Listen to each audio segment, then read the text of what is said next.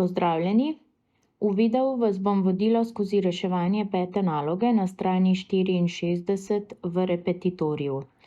Naloga se dotika optimalne strukture povpraševanja pri danem dohodku. Gre torej za potrošnikovo izbiro optimalne kombinacije dveh dobrin. Vzemimo, da lahko eno enoto dobrine X trošimo le skupaj s 3 enotami dobrine Y.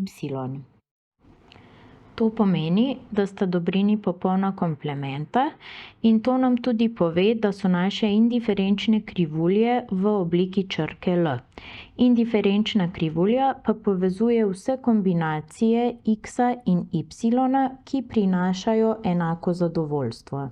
Narisati moramo graf in pojasniti sistem indiferenčnih krivulj.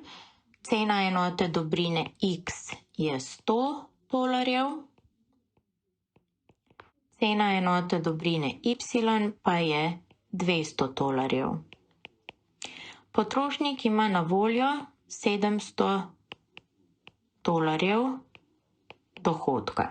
Zanima nas torej, kje potrošnik doseže optimum. Za dosego optimuma pri potrošniku morata biti izpolnjena dva pogoja, in sicer prvi pogoj je ta, da če je potrošnik racionalen, porabi ves svoj dohodek. Drug ravnotežni pogoj pa je ta, da maksimizira svoje zadovoljstvo. Začeli bomo z izpeljavo premice dohodka. D je, torej, če je racionalen, porabi ves svoj dohodek za dobrini Y pa X. To vrišemo v graf in ugotovimo, da če ne troši nič Y, lahko troši 7 enot X, če ne troši nič X, lahko troši 3,5 enote Y ob danem dohodku.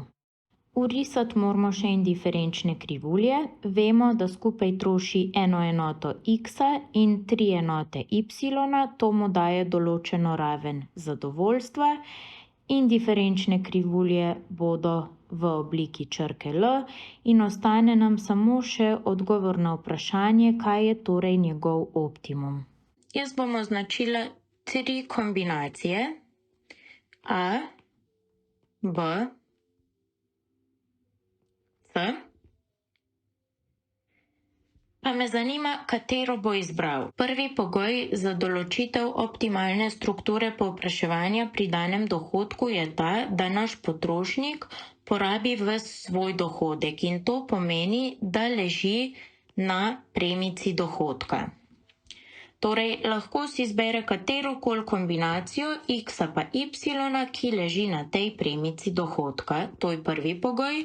Drugi pogoj pa je ta, da leži na najvišje ležeči indiferenčni krivulji. Če pogledamo tole indiferenčno krivuljo, lahko vidimo, da za potrošnika ni dosegljiva, ne?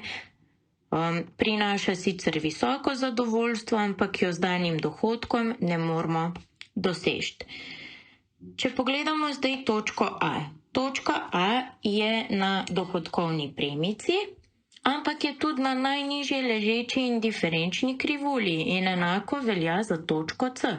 Če pogledamo pa B, pa vidimo, da je izpolnjen tako prvi pogoj, torej je to kombinacija X pa Y, ki leži na dohodkovni premici in leži na najvišje ležeči še dosegljivi indiferenčni krivulji. Torej, naš optimum je v točki X je 1 in Y je 3. To je potrebno še matematično preveriti, in sicer zapišemo enačbo premice, ki povezuje vse ravnotežne točke. Skratka, kakršenkoli bi bil naš dohodek, vedno bi bil naš optimum nekje v tej robni točki. Zato, ker recimo, če gledamo indiferenčno krivuljo, na kateri leži tudi točka B. Drži, da bi lahko trošili z enim X-om 6 enot Y, ampak če bi trošili 6 enot y, bi porabili več dohodka, naše zadovoljstvo bi bilo pa enako, zato torej to ni smiselno in vse ravnotežne točke bojo torej ležale na premici, ki sem jo narisala. Zdaj to premico je najlažje zapisati tako, da si še enkrat pogledamo te prvotne podatke. X in y bomo vedno trošili v razmerju 1:3. Če tole obrnemo, dobimo, da je y 3x.